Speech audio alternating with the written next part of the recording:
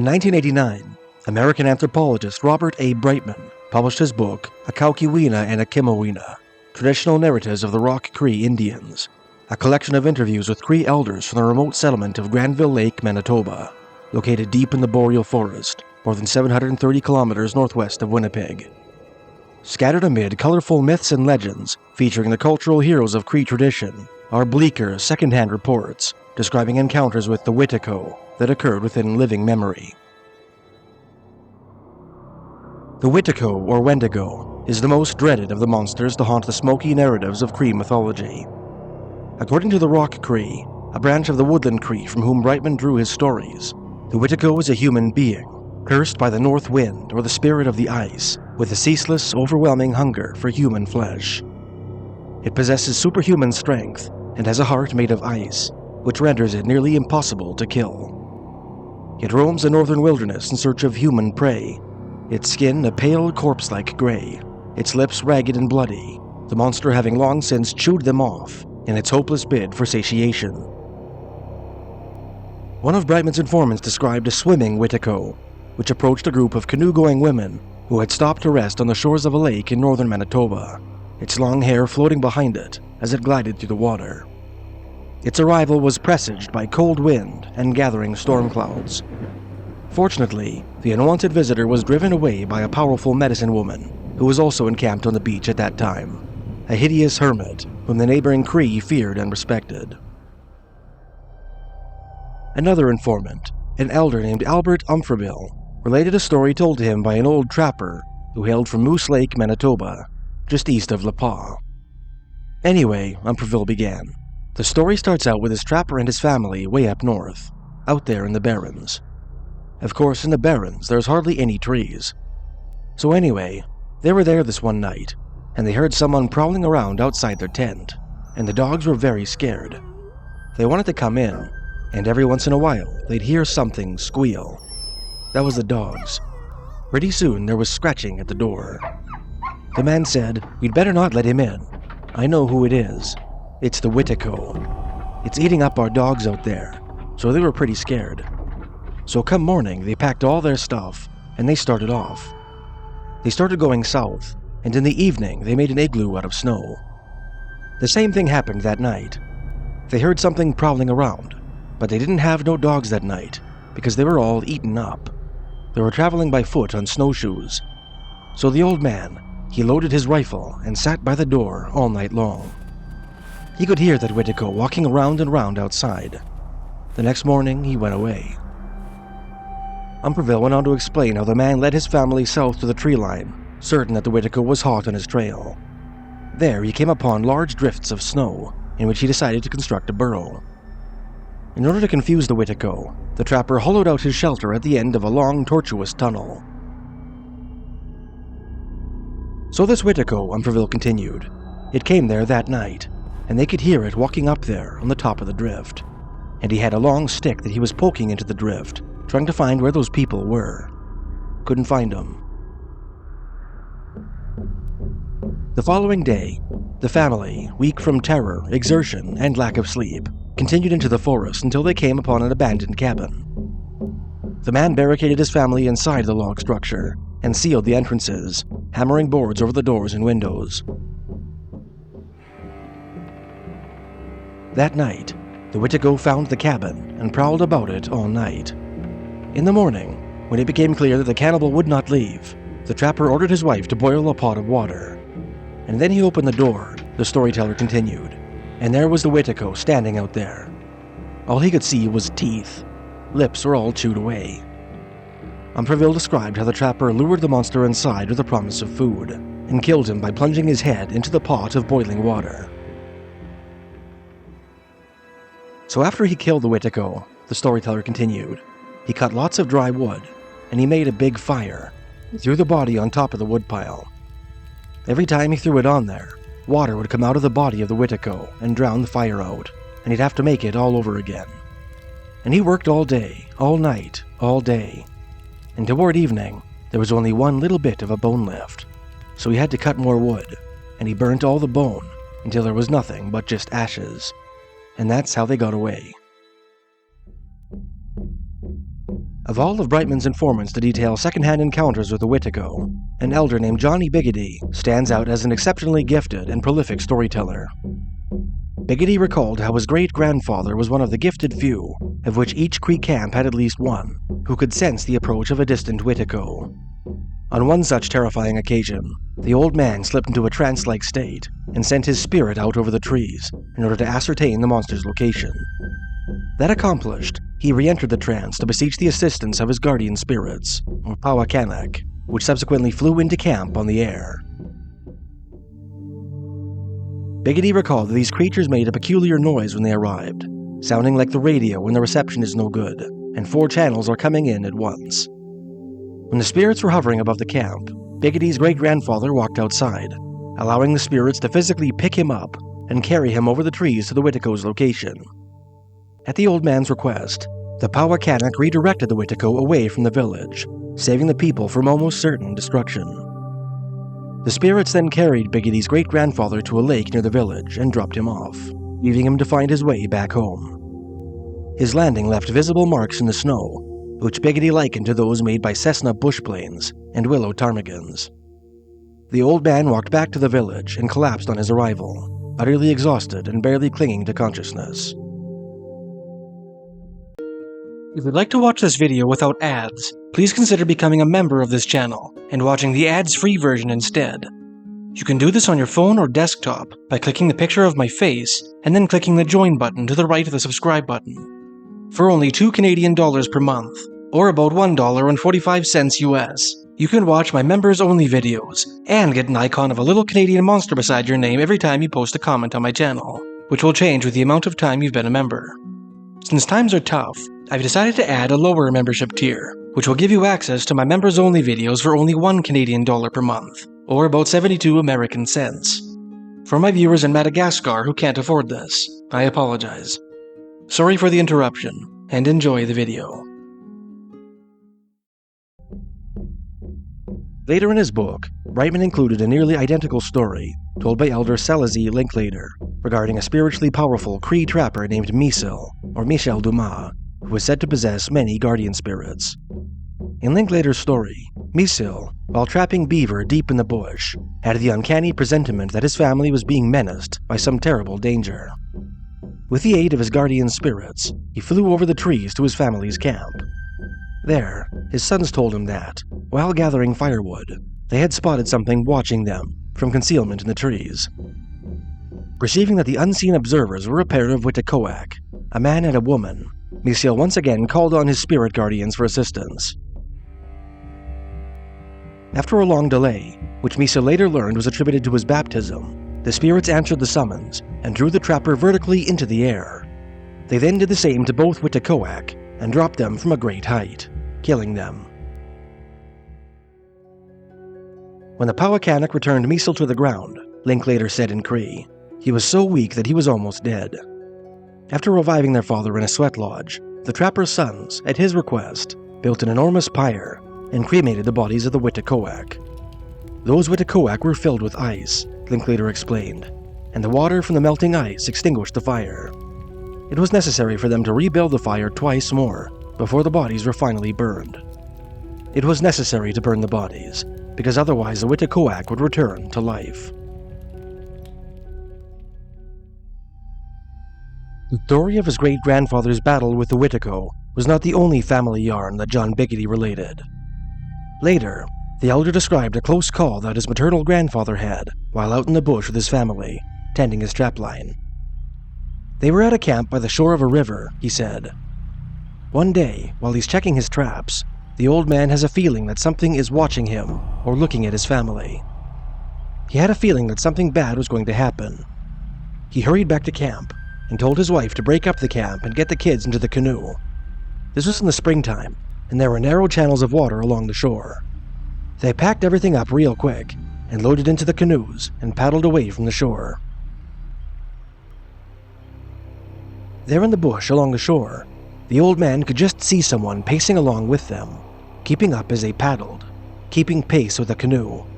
So he said, "We won't go on shore." So they continued to paddle as far as they could, but when they finally came to the portage where they'd have to carry the canoe over to get more open water, The Wihtikow was right there at the portage, waiting for them to come up onto the land. Bighetty explained how his grandfather began praying to his guardian spirit, which instructed him to shoot the upcoming rapids as fast as he could, telling him that it would open up a channel for him through the river ice, just long enough for him and his family to make it through to the other side. Bighetty did as instructed, and successfully navigated the chute. That accomplished, he paddled to the opposite shore and urged his family to run for their lives. Pretty soon, behind them, Bighetty said, they heard the sound of bushes snapping and rustling.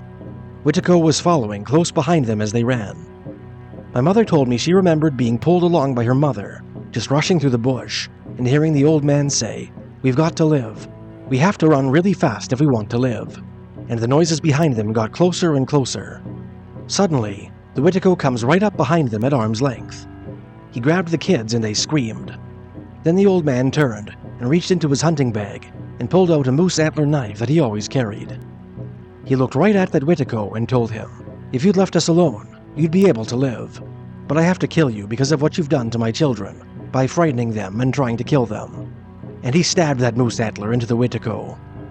The Wihtikow begins to die, and the old man cut off the head, the arms, and the legs, and they lay there on the ground, still moving back and forth.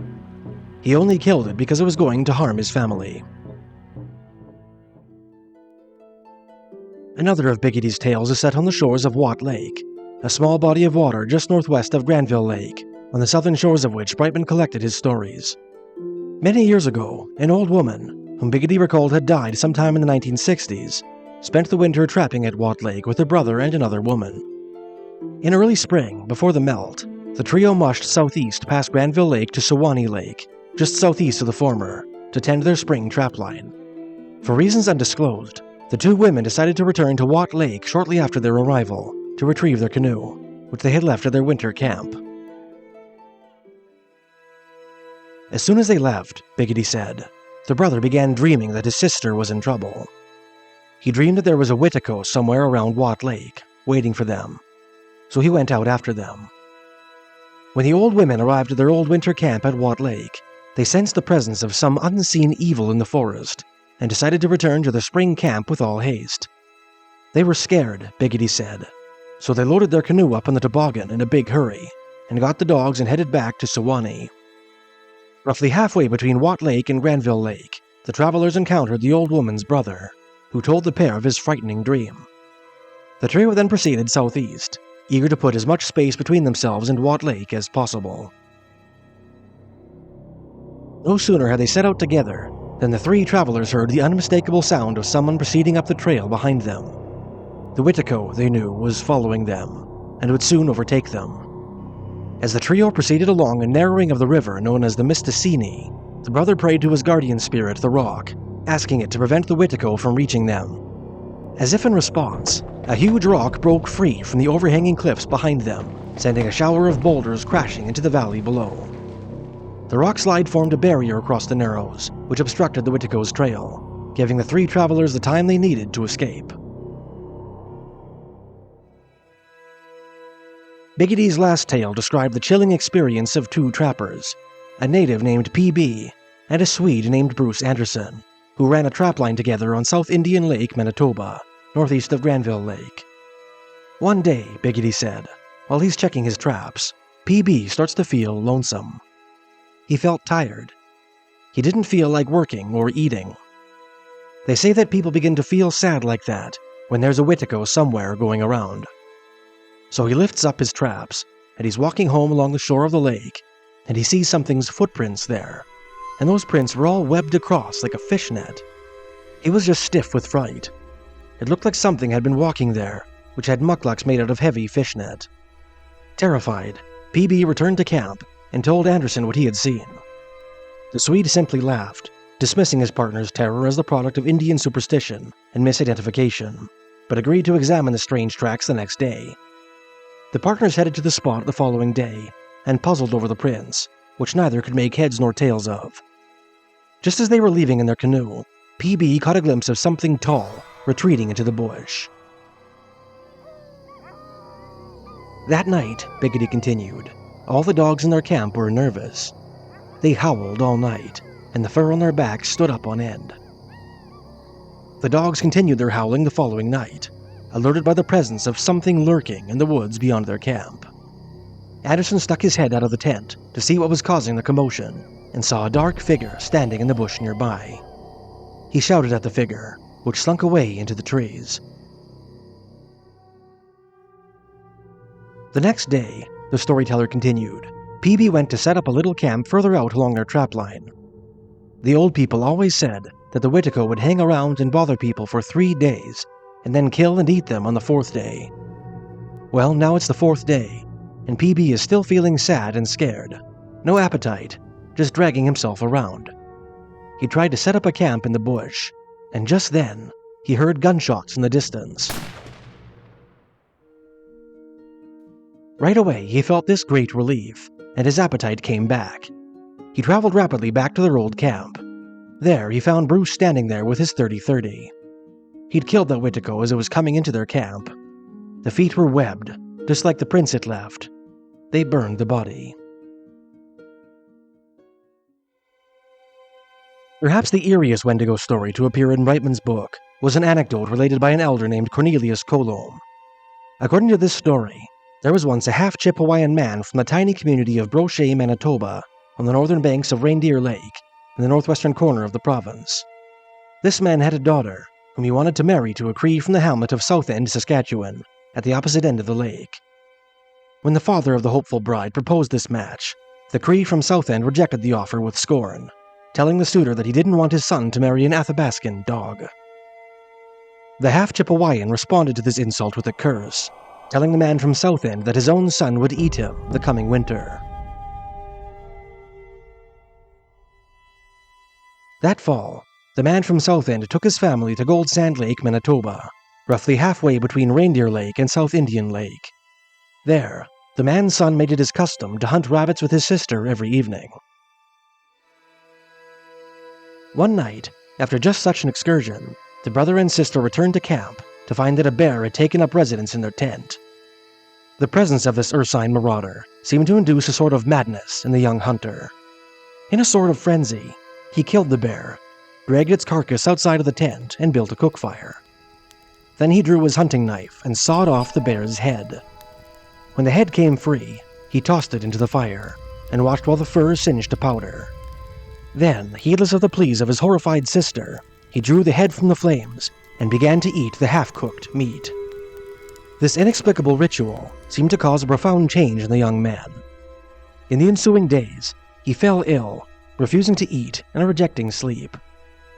The man's father knew that his son was turning Wihtikow and asked a Cree named Acaoohkiwina, whom the storyteller knew personally, to help watch over him at night to prevent him from killing his family. By November, the boy's condition had degenerated to such a state that it occupied the older men's full attention. Day and night, they stood vigil over the melancholy hunter, their trapping forgotten. The boy continued to lie listless in bed, ignoring the food that was brought to him, refusing to speak, and spending the long nights staring into the darkness. The vacancy of his expression eventually proved too much for his guardians, who covered it with a blanket. One night, the father heard the sound of chewing coming from his son's tent and went in to investigate. He was eating his moccasins, Colomb said. This guy took his moccasins off and was eating it, half gone already. His father took the moccasin and said, "Good thing you don't eat the whole moccasin, it would have killed you." The sick guy said, "I'll start on you after I'm through eating that thing." Knowing that his son was entering the final stage of his Wihtikow transformation and would soon be too strong to kill, the father roused Acaoohkiwina and asked him for a final favor. Together, the two men strangled the boy to death with a rope. Ever since, Colomb continued, every time someone camps in that camp where they had the house, they find a bear where the Wihtikow was sleeping. Bear every winter. So finally nobody bothered going there because there'd be a bear there. They'd kill it every time, but there's another one every winter. The bear, he just sleeps, right where the guy was sleeping. Taken together, these eerie accounts bridge the murky gap between myth and cultural memory, giving pale flesh and icy blood to the misty monster of Cree oral tradition. To the natives of northern Manitoba, The Wihtikow was once a very real predator to be feared, avoided, and at times combated. Despite that the last reported encounters with that boreal terror now lie generations in the past, the forests and lakes of northern Manitoba remain as vast, cold, and desolate as in the days of Brightman's oldest informants. In that silent, frozen wilderness, it's easy to entertain the notion that somewhere, an ancient evil lies dormant, waiting patiently for the unwary.